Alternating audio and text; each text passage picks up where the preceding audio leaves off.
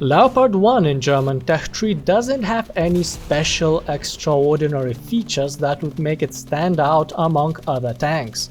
But it gets the things done, because the tank is simple to use and has every basic thing that a good tank needs for successful punishment of the red team.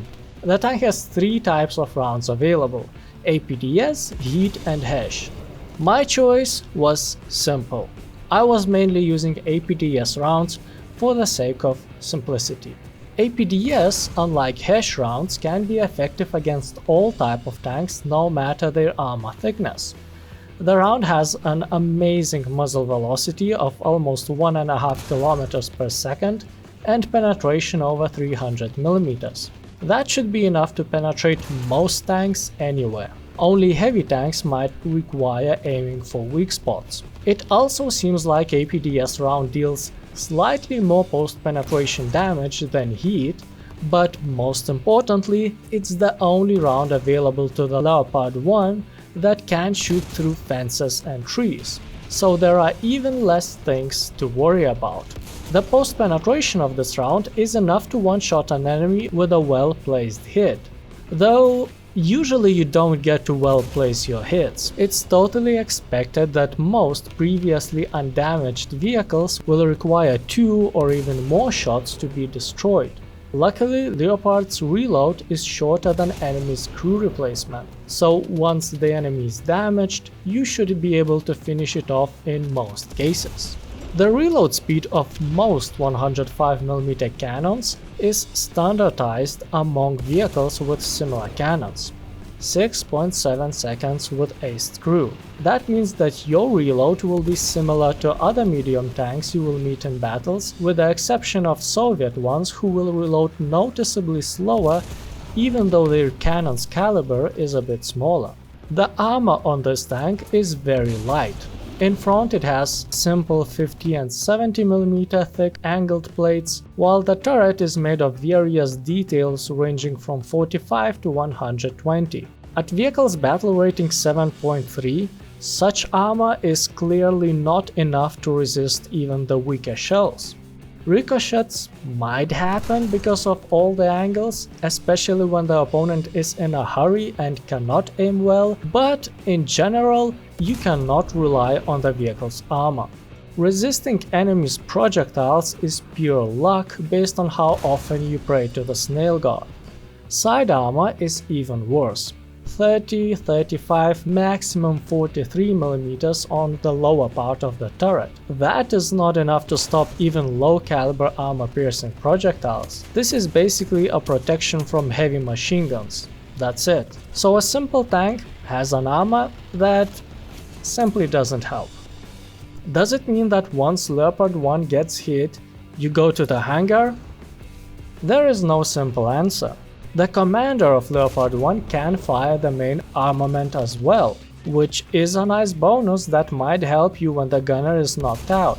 But the problem is that most of the time both gunner and commander get knocked out together since they are located very close to each other. So the solution is very simple. If you don't want to go to the hangar, don't get hit. Plain and simple. But how do you achieve not being hit? Well, there are 2 ways: the camper's way and the quick diers anyway way. The camper's way is mostly playing hull down. This will reduce the silhouette of your vehicle and opponents won't be able to hit you so simply. Gun's depression of this tank is -9 degrees. I know it's 1 degree short of the standard 10 degrees, but it will help significantly anyway. You can hide behind a suitable hill with a good overview and use the APDS rounds across the whole map, since it's simple to hit distant targets with rounds that have such high muzzle velocity, especially since you can research a rangefinder. And if you are further away from where the main action happens, it's unlikely that someone will be able to flank you unexpectedly. The quick diers anyway way is flanking by utilizing the mobility of Leopard 1, which is very good. When the tank has armor similar to a light tank, it is fair to expect it to have a similar mobility. Forward, it can accelerate up to 65 kph. Such speed is totally reachable in perfect conditions after moving in a straight line on good terrain. But in general, considering that you will move up or down hills, making turns, do backflips and so on, you can expect to move faster than 40 kph most of the time, which is a decent speed for a medium tank. Reverse is also good, I'd even say great, 25 kph.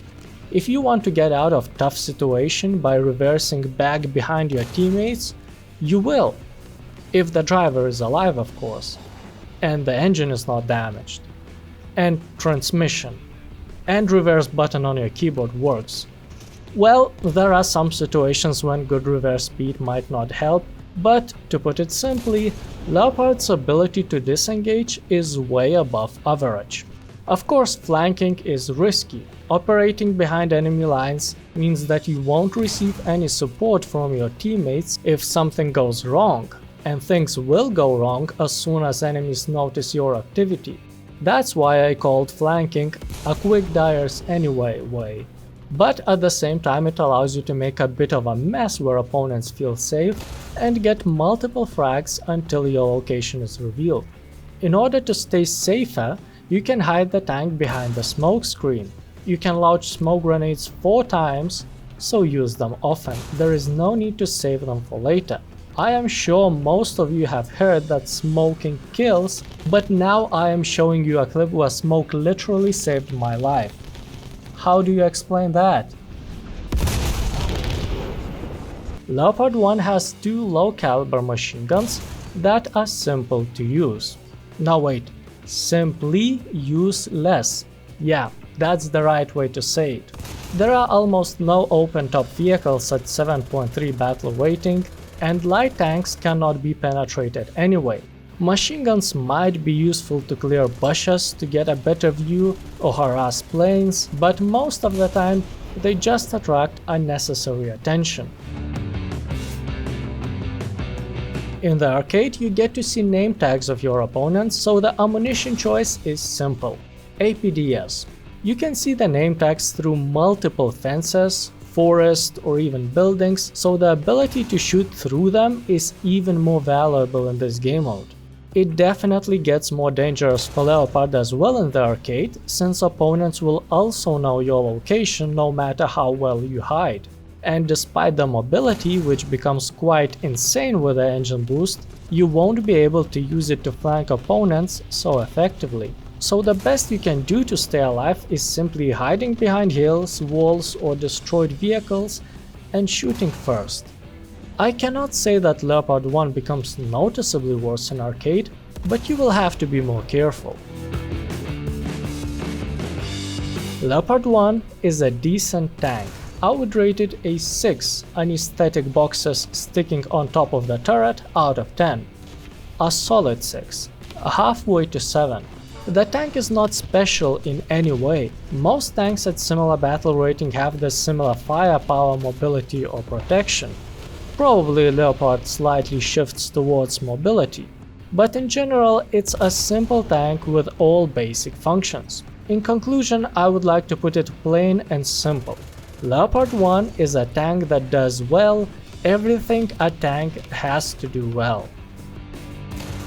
Do you know that YouTube gives everyone a gray subscribe button for free? Well, now you do. How do you get it? It's simple. Under this video, press the red subscribe button and you will get the gray one instantly and free of charge.